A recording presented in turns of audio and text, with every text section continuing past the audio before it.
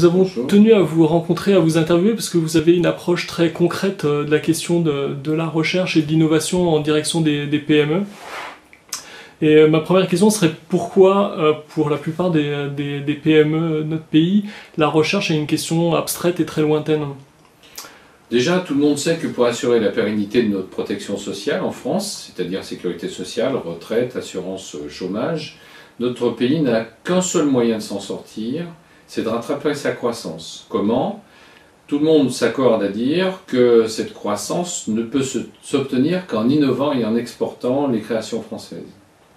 Innover est d'ailleurs le seul moyen pour une entreprise de réduire les effets de la crise. Sans innovation, l'entreprise n'a plus de facteur différenciateur et est condamnée à réduire progressivement le prix de ses offres pour conquérir de nouveaux marchés, donc à creuser sa tombe progressivement.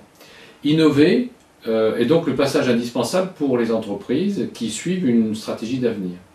Les dirigeants de PME doivent désormais se rendre compte qu'ils ont un pouvoir considérable s'ils savent utiliser la belle machine française. Pour cela, nous devons apprendre à mettre en réseau chercheurs, dirigeants de PME, financiers dans certains cas, ce qu'ALOREM développe d'ailleurs dans le programme Innov PME. Et alors cette recommandation sur l'innovation et la recherche, est-ce que vous l'appliquez à votre propre entreprise?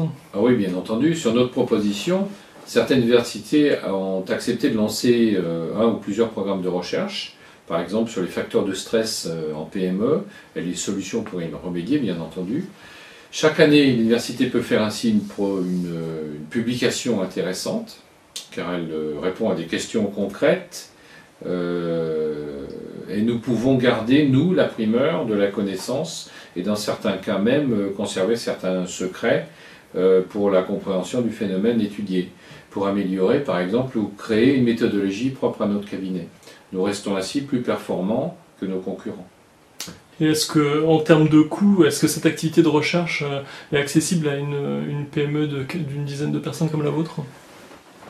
Non, c'est justement là qu'il faut lever le voile. C'est pas nécessairement un budget élevé en tout cas. Il peut être très abordable si on choisit bien la forme du programme de recherche.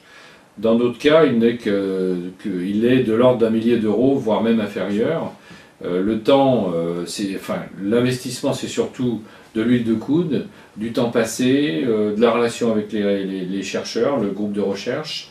Le directeur de recherche est souvent très valorisé du fait qu'il a une attention quelconque et une utilité quelconque par rapport au tissu économique dans lequel il est. Et c'est surtout vraiment la volonté dans la PME d'identifier les axes d'innovation possibles. Et donc, quelle est la dernière innovation de votre entreprise, d'ALOREM?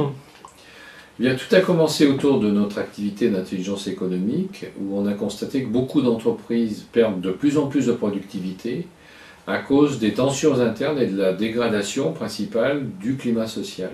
C'est un phénomène général de société et toutes les entreprises y sont plus ou moins soumises, d'autant plus amplifiées aujourd'hui par la crise et les suppressions d'emplois. On a fait analyser les causes de manière sérieuse et scientifique. En gros, il s'agit de l'augmentation de la quantité des informations traitées par un collaborateur au quotidien et de l'augmentation de l'enjeu de chacune de ces décisions à prendre, de plus en plus fréquentes et de plus en plus lourdes au quotidien. Ce qui vient souvent dégrader la qualité de la relation entre le manager et le collaborateur. Et de fait, le besoin de formation devient de plus en plus pressant, précis également, sur la manière de se comporter en entreprise. La première conséquence visible est celle du développement spectaculaire du stress et du mal-être au travail.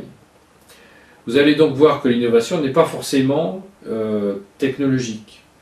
Dans le cadre du stress au travail, l'enjeu est à la fois de protéger la santé du collaborateur et de permettre à l'entreprise de faire remonter la productivité. On constate en moyenne une baisse de productivité jusqu'à 20% au niveau des collaborateurs de l'entreprise, ce qui représente pour un salaire moyen chargé de plus de 9 000 € par an, par collaborateur. Le challenge est donc réellement gagnant-gagnant. Notre innovation repose sur 3 points. Faire retrouver à l'entreprise une meilleure productivité pour chacun des collaborateurs, un par un, tout en améliorant le cadre de la santé des collaborateurs.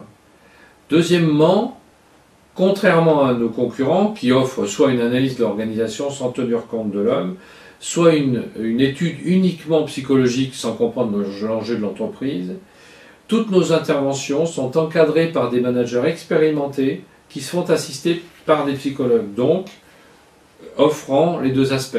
Et le troisième point, c'est que nous mesurons aujourd'hui nos niveaux de stress à travers une enquête déclarative comme tout le monde dans le métier, mais recoupée par nous avec une réelle mesure biologique du stress.